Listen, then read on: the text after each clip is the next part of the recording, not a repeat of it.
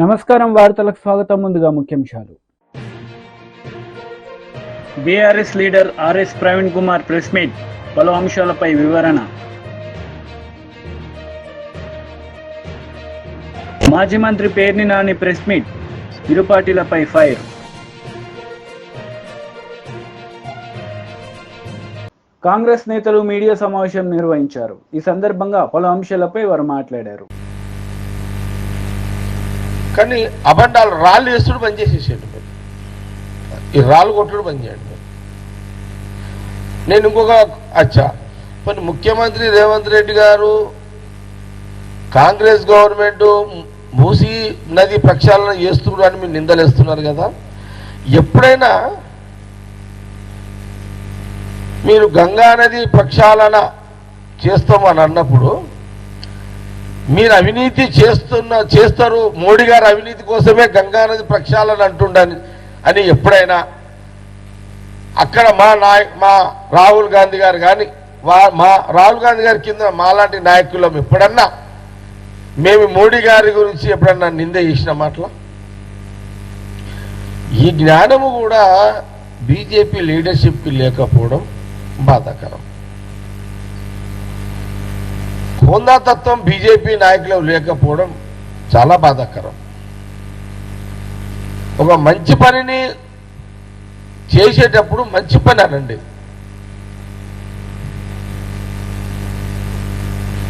ఇక మీరు గంగా నదిలో మోడీ గారు అవినీతి చేసిండు అని మీరు ఒప్పుకుంటే దీని గురించి అప్పుడు మేము క్లారిటీ ఇచ్చేస్తున్నాం. ఇదొకటి. ఇప్పుడు చూడండి, 8 నెలల్లో నేను 2 రోజులు సెక్రటరియట్కి పోయినా. మొన్న అసెంబ్లీకి 2 రోజులు ఉన్నా, నేను పోయినా 2 రోజులు సెక్రటరియట్కి పోయినా. నేను ఆ 2 రోజులు కూడా మా దామోదర్ రాజ నరసింహ గారు, మా మినిస్టర్ గారు అసెంబ్లీకి పోదాంరా అంటే నేను ఎమ్మెల్యే లేనన్నా బాగుండదు రాకపోతే అని అన్నా. ఏం కాదురా నువ్వు నడు, మన 3 జిల్లాలు సంగారెడ్డి జిల్లా పరిషత్, సంగారెడ్డి మనకు మెదక్కు సిద్దిపేట, మనము 3 జిల్లా పరిషత్లు గెలవాలి ఈసారి, నువ్వు నాడు సీఎం రేవంత్ రెడ్డి తోటి నరేంద్రతో మాట్లాడదాంపా టైం దొరికితే అని నన్ను బండి ఎక్కించుకొని అసెంబ్లీకి వచ్చాడు. నేను వచ్చినాక అక్కడ చూసినా కదా అసెంబ్లీలో, నేను గతంలో బీఆర్ఎస్ గవర్నమెంట్ ఉన్నప్పుడు నేను ఎమ్మెల్యేగా ఉన్నా కదా, అప్పటికి ఇప్పుడు వ్యత్యాసం చూసాను నేను. అసలు మా మినిస్టర్స్ ఎవరి శాఖలలో వాళ్ళు ఎంత బిజీ ఉన్నారు. ఎందుకున్నారంటే ఇక్కడ ఈ కాంగ్రెస్ గవర్నమెంట్లో ముఖ్యమంత్రి రేవంత్ రెడ్డి గారి పని సీఎంగా ఆయన పని ఆయన చేస్తున్నాడు, డిప్యూటీ సీఎంగా ఈయన పని ఈయన చేస్తున్నాడు. బట్టి విక్రమార్క, ఉత్తమ్ కుమార్ రెడ్డి గారు ఇరిగేషన్ ఆయన పని చేసినాడు. అసలు మినిస్టర్లు అందరూ చూసిన అంతా కూడా अरे बैठो भाई, क्या गड़बड़ कर रहे बैठने को भी, అర్థమైందా? అసలు ఈ మినిస్టర్ ఎక్కడ చూసినా ఎవరు ఏ ప్రశ్న అడిగినా, ఏ అపోజిషన్ పార్టీ ప్రశ్న అడిగినా అసెంబ్లీలో హోందాగా ప్రవర్తించారు. హోందా తత్వం లేని అసెంబ్లీ సమావేశాలు ఎప్పుడు జరిగినాయిరా అంటే 10 ఏళ్ల కాలంలో కేసీఆర్ గారు ముఖ్యమంత్రిగా ఉన్నప్పుడు. హోందా తత్వంగా నడుస్తున్న ఈ అసెంబ్లీ సమావేశాలు ఎప్పుడు రా అంటే కాంగ్రెస్ గవర్నమెంట్ సీఎం రేవంత్ రెడ్డి గారు కాలంలో హోందాగా నీట్గా ప్రశ్నలకు జవాబులకు ప్రశ్నలు, ప్రతిపక్షాలకు గొంతు, ఇంత సిస్టమేటిక్గా అసెంబ్లీ సమావేశం జరిగింది. నేను మన సెక్రటరియట్లో ఈ మధ్యలో సెక్రటరియట్కి పోతున్నా. నా సంగారెడ్డి కాన్స్టిట్యూన్సీ సంబంధించింది ముఖ్యమంత్రి గారికి కానీ మన మినిస్టర్స్ అందరికీ రిప్రజెంటేషన్ ఇచ్చినాయి, కొంత ఫాలోఅప్ చేస్తున్నా. అసలు సెక్రటరియట్ కలకల ఆడుతున్నది. పోయిన 10 ఏళ్ల కాలంలో సెక్రటరియట్లో కింద చాలామంది ఏమంటున్నారంటే అక్కడ పార్కింగ్ జాగ దొరుకుతలేదంట. సెక్రటరియట్లో పార్కింగ్ జాగ దొరుకుతలేదు. ఎందుకు దొరుకుతలేదు అంటే అంతమంది స్వేచ్ఛగా సెక్రటరియట్లోకి వస్తున్నారు, ఎవరు పనులు వాళ్ళు శాఖలలో పోతున్నారు, కన్సల్ట్ డిపార్ట్మెంట్లో పోతున్నారు, పనులు చేసుకుంటున్నారు. ఎంటైర్ ఆల్ మినిస్టర్స్, క్యాబినెట్ మినిస్టర్లు, మా కాంగ్రెస్ మినిస్టర్లు అందరూ అక్కడ మరి సెక్రటరీ టైం పెట్టుకొని కూర్చుంటున్నారు. అడంతా గంటలు గంటలు కూర్చుంటున్నారు. రాత్రి 8, 9, 10. నిన్న బట్టి విక్రమార్క సండే రోజు రివ్యూస్ చేసిండు. 3-4 డిపార్ట్మెంట్ బట్టి Vikramarka, finance department, electricity department, 2-3. ఇప్పుడు రేపు 15 లోపల ఇది ఇంకా బ్యాలెన్స్ చేయాలి కదా, 2 లక్షలు. దాన్ని రివ్యూ. నేను ఒకరోజు శ్రీధర్ బాబు గారిని చూసిన ఇండస్ట్రియల్ మినిస్టర్గా. ఇట్లా మనం ఒక శాఖని కాదు, ఏ శాఖలో చూసుకున్నా ఈ ఉద్యోగాలకు సంబంధించి ఒక కమిటీ చేసిరు మనకు ముఖ్యమంత్రి గారు. దాని కమిటీ చైర్మన్ దామోదర్ గారు, శ్రీధర్ బాబు గారు, సీతక్క, చాలా మంది ఉన్నట్టున్నారు, పొన్న ప్రభాకర్. నేను మన దామోదర్ గారు క్యాబినెట్ ఆయన చాంబర్ ఆయన బంగ్లాకు పోయి చూసిన. అసలు ఎంటైర్ ఆల్ డిపార్ట్మెంట్స్ ఎవరంటే వాళ్ళు వచ్చి దరఖాస్తులు ఇచ్చుకునే పరిస్థితిలో మంత్రుల భవనాలు యాక్టివిటీ అయిపోయినాయి. సరే, కొందరు పనులు అయితే, కొందరు కావు, కొందరు లేట్ అయితే, కొందరు ముందు అవుతాయి, అందరు ఒకటేసారి కాకపోవచ్చు. టీడీపీ లీడర్ మీడియా సమావేశం నిర్వహించారు. ఈ సందర్భంగా పలు అంశాలపై ఆయన మాట్లాడారు. ప్రమాణ స్వీకారాన్ని జూన్ 9 ఏర్పాటు చేసుకుంటాను ప్రగల్భాలు పలికి తీరా రిజల్ట్స్ వచ్చేసరికి పిచ్చెక్కిన జగన్మోహన్ రెడ్డి గారు తనకి ఏదైతే ఒక మాజీ ముఖ్యమంత్రికి భద్రత ఎంత ఉంటుందో అంతే కల్పిస్తామంటున్నట్టు పోలీసు వర్గాలు. లేదు, నాకు భద్రత 986 మందితోటి బహుశా ఉత్తర కొరియా అధ్యక్షుడు తలదన్నేట్టుగా ఉన్నటువంటి భద్రతను ఏర్పాటు చేసుకున్న స్పెషల్ పోలీస్ ఏదైతే సెక్యూరిటీ గ్రూప్ యాక్ట్తో ఏర్పాటు చేసే ఒక యాక్టు, దాంతో 986 మందిని సెక్యూరిటీ ఏర్పాటు చేసుకొని బహుశా ఎవరికి కూడా లేనటువంటి సెక్యూరిటీని ఏర్పాటు చేసుకుని అది నాకు ఇప్పుడు కావాలంటారు.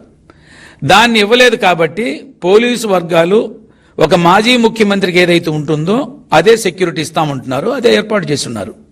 సహజంగా ఒక వీఐపీ భద్రత అంటే 100 మంది దాకా ఉంటారు అన్ని షిప్లు కలుపుకొని. కానీ జగన్మోహన్ రెడ్డి గారికి 900 మంది పైచులకు భద్రత కావాలంటారు. అది ఇవ్వలేదు కాబట్టి నన్ను అంత మంచి కుట్ర చేస్తారంటారు. అయ్యా జగన్మోహన్ రెడ్డి గారు ఒకటే సూటి ప్రశ్న,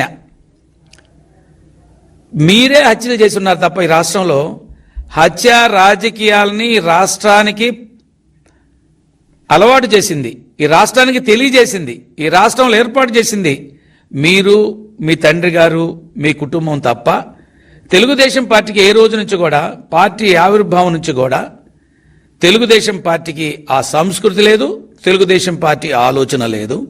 అందున ప్రస్తుతం మన ముఖ్యమంత్రి జాతీయ తెలుగుదేశం పార్టీ అధ్యక్షులు మాన్యశ్రీ చంద్రబాబు నాయుడు గారు అభివృద్ధి ధ్యేయంగా పనిచేసే అలవాటు తప్ప ఇలాంటి కుట్ర రాజకీయాలు కానీ, హత్యా రాజకీయాలు కానీ, దుర్మార్గ రాజకీయాలు కానీ, లేకపోతే ప్రజల్ని ఎలిమినేట్ చేసేటువంటి పరిస్థితి లీడర్స్ని అలాంటి అలవాటు లేదు. నీ కాలంలో 5 సంవత్సరాల్లో 2000 మంది తెలుగుదేశం పార్టీ కార్యకర్తల్ని పొట్టన పెట్టుకున్నావు. చివరి ఆఖరికి నీ ఎంపీని కూడా జైల్లో పెట్టి కొట్టించిన సందర్భం. కాబట్టి హత్యా రాజకీయాలు నువ్వు నేర్పుతున్నావు, హత్యా రాజకీయాలు నువ్వు చేస్తున్నావు తప్ప ఎవరు కూడా తెలుగుదేశం పార్టీ ఆనవాయితీ లేదు, అది తెలుగుదేశం సంస్కృతిలో కూడా లేదు. మీరు ఇవాళ ఏదో విధంగా అబాస్పాలు చేయాలి తెలుగుదేశం పార్టీని. ఓడాం కాబట్టి ఇది ఎట్లో గట్లా ప్రజల మీదకి నెట్టాలి ఈ ప్రభుత్వాన్ని. ఎందుకంటే ప్రభుత్వంగా ఈ 2 నెలల్లోనే ప్రజలకు జవాబుదారీతనంగా, అత్యంత బాధ్యతాయుతంగా 5 సంవత్సరాల ధ్వంసమైన పరిపాలన 2 నెలల్లోనే గాడిని పెట్టి ప్రజల ఆమోదాన్ని, ప్రజల హర్షాతిరేకాల మధ్య చంద్రబాబు నాయుడు గారు పరిపాలన చేస్తుంటే ఇవాళ అది ఓర్చుకోలేని నువ్వు నన్ను అంతమొందించటానికి జనం నవ్వుకుంటున్నారు. అయ్యా, మేము అంతమొందించాం కదా నేను రాజకీయంగా, తిరిగి కొత్తగా ఎవరు అంతమొందించాలి నిన్ను? అవసరం లేదు, ప్రజా జీవితం నుంచి తరిమి కొట్టాము, ఇక నిన్ను చూడటం అంటే మమ్మల్ని మేము హత్య చేసుకున్నట్టే, కాబట్టి నీ ముఖం కూడా చూడటానికి సిగ్గుగా ఉందని జనం ఓ బ్రహ్మాండమైన తీర్పు ఇస్తే అది ఓర్చుకోలేని జగన్మోహన్ రెడ్డి గారు తను అధికార పార్టీ మీద లేదా తెలుగుదేశం, జనసేన, బీజేపీ కూటమి మీద ఒక అభాండం వేస్తున్న పరిస్థితి. జనం ఎవరు నమ్మలేదు కాబట్టి ఆ రోజు నీకు 151 సీట్లు ఇచ్చినా 5 సంవత్సరాల్లో నువ్వు 175 అన్నా కూడా ఇవాళ 11 సీట్లకు పరిమితం చేసి ప్రతిపక్ష హోదా కూడా లేదు నీకు. ఎంత దారుణం అంటే నిన్ను అంగీకరించలేకపోయారు జనం. కానీ తమరు ఇంకా అర్థం చేసుకోకుండా, ప్రజాభిప్రాయాన్ని అర్థం చేసుకోకుండా, ప్రజలు ఏం కోరుకుంటున్నారో, ఎలాంటి పరిపాలన కావాలనుకుంటున్నారో, ప్రజలు ఎలాంటి నాయకుడు కావాలనుకుంటున్నారో ఆ నాయకుడిని ఎన్నుకొని ఆయన ద్వారా పరిపాలన చవిచూస్తున్నటువంటి పరిస్థితి. కానీ తమకి బాధగా ఉంది. నీ చెల్లెళ్ళు నేను రాష్ట్రంలో కోరుకున్నారు, మాకు రక్షణ కల్పించండి జగన్మోహన్ రెడ్డి గారిని గురించని. ఒక పక్కన షర్మిల గారు, మరో పక్క సునీత గారు సొంత తండ్రిని కోల్పోయి అన్న మా నాన్నను చంపేశారు చూడంటే ఉదయం పూటేమో గుండెపోటు అన్నావు, సాయంకాలానికి గొడ్డలి పోటు అన్నావు, 3 సెకండ్ మరుసటి రోజు ఉదయంకి వచ్చేసరికి నాగాసుర రక్త చరిత్ర చంద్రబాబు నాయుడు గారు అది చేయించారన్నావు. ప్రజలు అర్థం చేసుకున్నారు. హైకోర్టులు ఏం చెప్పినాయి, లేదా సిబిఐ, అసలు సిబిఐతో ఎంక్వైరీ చేయించమన్నావు. నువ్వు ప్రభుత్వంలోకి వచ్చినాక సిబిఐ ఎంక్వైరీ పని లేదన్నావు. కోర్టుల్లో ఒక ఆర్డర్ తెచ్చుకున్నావు, దీని గురించి చర్చించకూడదు అని. అంటే ప్రతి క్షణం నువ్వు ఈ రాష్ట్ర ప్రజలు అమాయకులు, ప్రజలు అర్థం చేసుకోలేరు, ప్రజలకు అవగాహన లేదు, ప్రజలకు జ్ఞాపక శక్తి లేదు, ప్రజలు నేనేం చెబితే తింటారు. ఎందుకంటే ఒక మోసగాడిని, హత్యా రాజకీయాల్లో రాటు తేలినటువంటి వాడిని, ఆ రోజు పరిటాల రవి లాంటి వారిని కూడా హంతమొందించినటువంటి కుట్రలో భాగస్వామిని, నన్నే నమ్మి ఓటేసి 151 సీట్లు తెచ్చినటువంటి జనాన్ని ఎలాగైనా మోసం చేయొచ్చు. ఒకసారి ఈ మోసంని ప్రజలు అర్థం చేసుకుని తిరగొట్టారు. అయినా కూడా మరొకసారి మోసం చేయాలనే ఉద్దేశంతో నువ్వు చేస్తున్నటువంటి ప్రయత్నాలు అయితే ఉన్నాయో ప్రజలు హర్షించే స్థితిలో లేరు, అంగీకరించే స్థితిలో లేరు. నీ హత్యా రాజకీయాలను జనం అర్థం చేసుకున్నారు. నువ్వెంత దుర్మార్గుడువో ఆఖరికి చెల్లి, తల్లి అందరూ కూడా రోడ్లు వెంబడి తిరగాల్సిన పరిస్థితి వచ్చింది. నీ నుంచి రక్షణ వాళ్ళు కోరుకుంటున్నారు. ఇవాళ నిన్ను అంతమొందించాల్సిన అవసరం తెలుగుదేశం ప్రభుత్వానికి కానీ ఈ కూటమికి కానీ ఎటువంటి పరిస్థితి లేదు, ఆలోచన లేదు. ఆలోచన చేసే తీరిక కూడా ఇవాళ అధినాయకుడు బీజేపీ రాష్ట్ర అధ్యక్షుడు కిషన్ రెడ్డి మీడియా సమావేశం నిర్వహించారు. ఈ సందర్భంగా పలు అంశాలపై ఆయన మాట్లాడారు. అటు ప్రభుత్వంలో అనేక కీలక బాధ్యతలు నిర్వర్తించారు. కేంద్ర విదేశాంగ శాఖ మంత్రిగా, లోక్సభలో ప్రతిపక్ష నాయకురాలిగా, భారతీయ జనతా పార్టీ జాతీయ ప్రధాన కార్యదర్శిగా, అధికార ప్రతినిధిగా అన్ని వర్గాల ప్రజలలో మన్ననలు పొందినటువంటి మంచి నాయకత్వ పటిమ కలిగినటువంటి వ్యక్తి స్వర్గీయ సుష్మా స్వరాజ్ గారు. వారు లోక్సభలో ప్రతిపక్ష నాయకురాలిగా ఉన్నప్పుడు తెలంగాణ చివరి దశ ఉద్యమంలో వారు కీలక పాత్ర పోషించడం జరిగింది. రాష్ట్ర అధ్యక్షుడు ఆ రోజు కూడా నేను పనిచేశాను. తెలంగాణ పౌరసభల పేరుతో ఆనాడున్నటువంటి తెలంగాణలోని అన్ని జిల్లా కేంద్రాలలో తెలంగాణ ఉద్యమానికి మద్దతుగా, ఉద్యమకారులకు అండగా, తెలంగాణ రాష్ట్ర సాధన కోసం నిర్వహించినటువంటి అనేక సభలలో వారు ప్రసంగించడం జరిగింది. అంతేకాకుండా సకల జనుల సమ్మె జరిగినప్పుడు తెలంగాణ రాష్ట్రంలో ఆనాటి కాంగ్రెస్ పార్టీ ప్రభుత్వము తెలంగాణ ఉద్యమకారుల మీద, తెలంగాణ ప్రజల మీద తీవ్రమైనటువంటి పోలీస్ నిర్బంధం పెట్టి అనేక రకాల వేధింపులు చేస్తున్నప్పుడు కూడా పోలీస్ లాఠీలతో,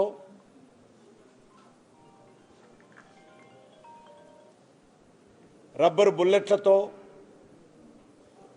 దాడులు జరిపినప్పుడు ఆ రోజు లోక్సభలో ఉస్మానియా యూనివర్సిటీ విద్యార్థుల కండగా, తెలంగాణ ప్రజల కండగా గొంతు ఎత్తినటువంటి, తెలంగాణ ప్రజల గుండె చప్పుడై తెలంగాణ వాణి వినిపించినటువంటి చరిత్ర శ్రీమతి సుష్మా స్వరాజ్ గారు. కేంద్ర ప్రభుత్వం మీద ఒత్తిడి చేసి లోక్సభలో బిల్లు పెట్టాలని అనేక సార్లు లోక్సభలో ఆనాటి కాంగ్రెస్ పార్టీ ప్రభుత్వం మీద ఒత్తిడి చేసి తెలంగాణ ప్రజలతో కలిసి కేంద్ర ప్రభుత్వం ముఖ్య మెడలు వంచి తెలంగాణ రాష్ట్ర సాధనలో ప్రముఖ పాత్ర పోషించారు. చివరకు లోక్సభలో బిల్లు పెట్టినప్పుడు ఏకైక నాయకురాలు ప్రతిపక్షం తరఫున తెలంగాణ ప్రజల తరఫున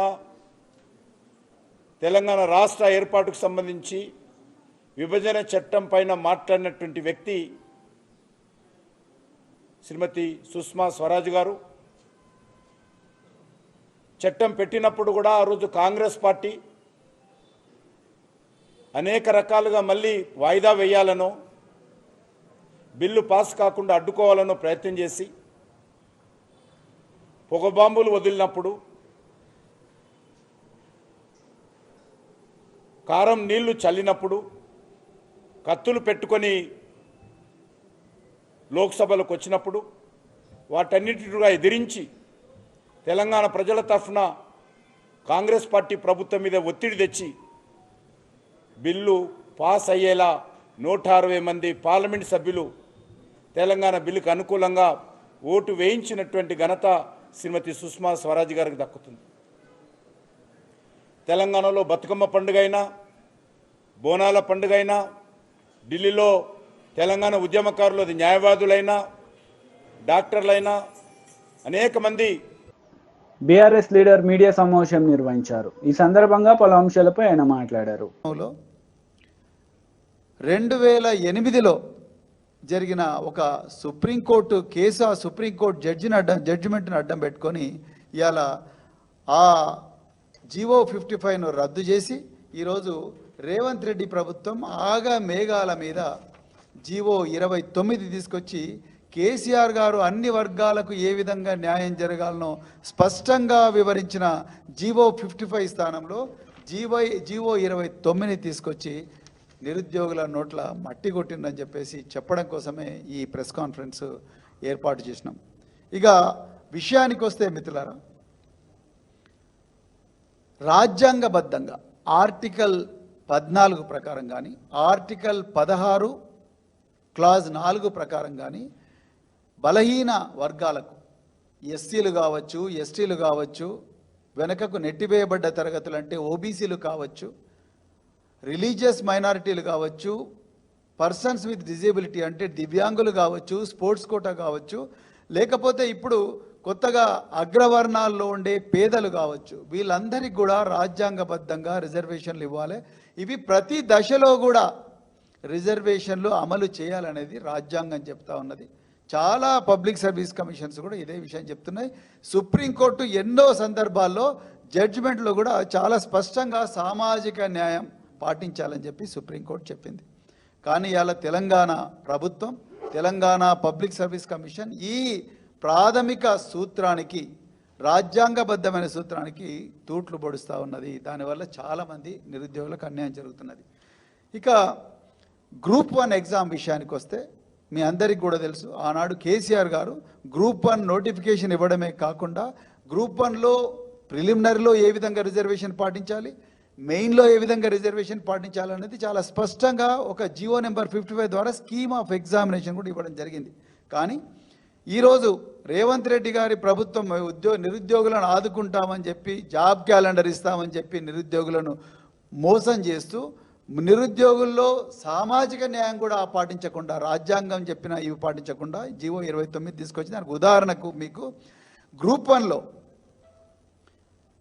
563 పోస్టులు ఆనాడు కేసీఆర్ గారు 503 పోస్టులకు ఇస్తే, ఈ ప్రభుత్వం 60 పోస్టులు ఎక్స్ట్రాగా కలిపి 563 పోస్టులకు 21 జూన్ 2024లో మరి మళ్ళీ ఇచ్చి, తర్వాత ఎగ్జాము జూన్ 9 నాడు కండక్ట్ చేసిండ్రు. రిజల్ట్స్ జూలై 28 నాడు రిజల్ట్స్ డిక్లేర్ చేసిండ్రు.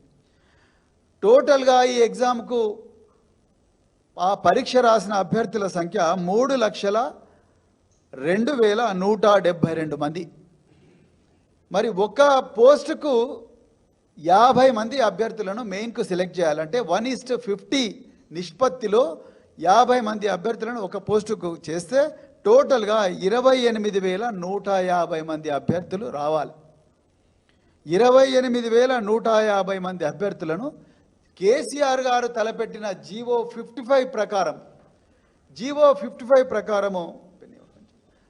55 ప్రకారం సెలెక్ట్ చేస్తే అందులో ఈ 563 పోస్టుల్లో రిజర్వ్ చేయబడని అంటే ఓపెన్ కాంపిటీషన్ ఓసీ కోటాలో ఉండే పోస్టులు 209. అంటే ఈ 40%, ఈ ఎల్లో పచ్చ కలర్లో ఉన్న ఈ పోస్టులు 209.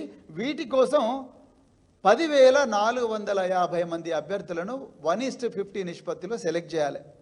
అదేవిధంగా మిగతా ఏవైతే పోస్టులు ఉన్నాయో ఆ పోస్టులు 60% పోస్టులు ఏవైతే ఉన్నాయో ఆ 60% పోస్టులు టోటల్గా 17,700 మంది అభ్యర్థులను సెలెక్ట్ చేయాలి. తెలంగాణ పబ్లిక్ సర్వీస్ కమిషన్ ప్రభుత్వ ఆదేశాల మేరకు అది జీవో 55 చెప్తున్నది. కానీ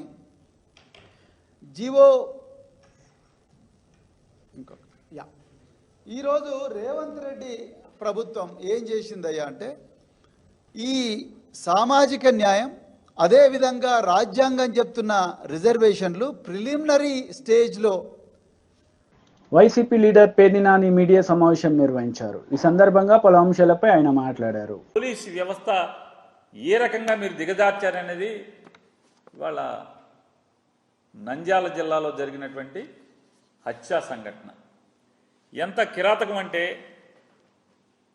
నారపరెడ్డి అనే ఆయన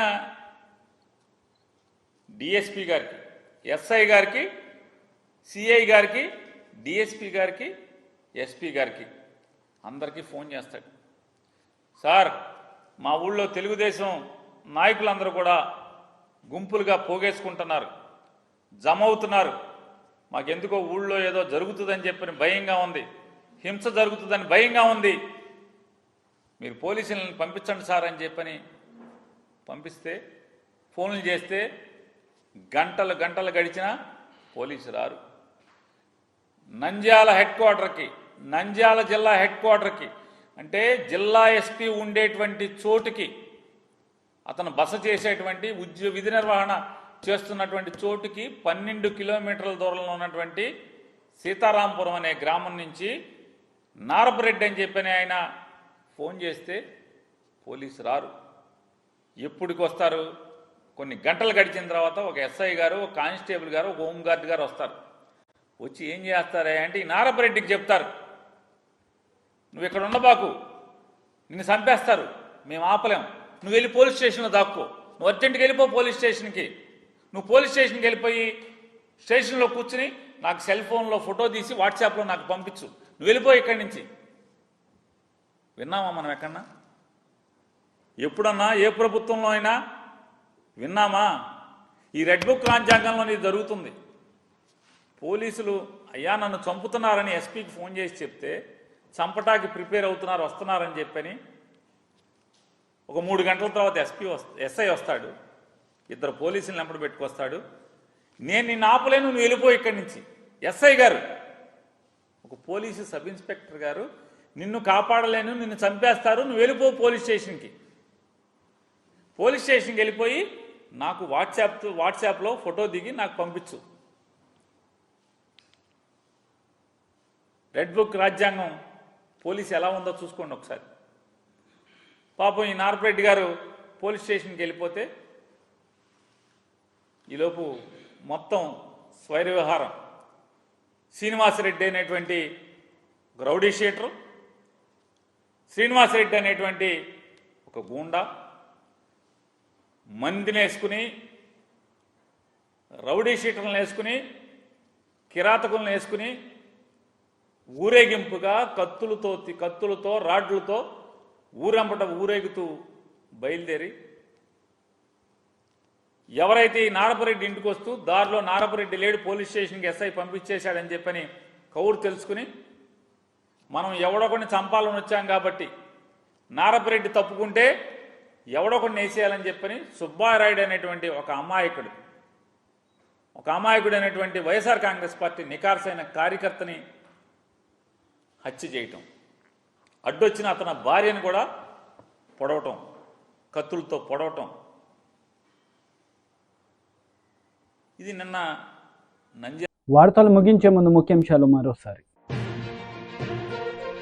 BRS leader RS Praveen Kumar press meet, పలు అంశాలపై వివరణ. మాజీ మంత్రి పేర్ని నాని ప్రెస్ మీట్, ఇరు పార్టీలపై ఫైర్.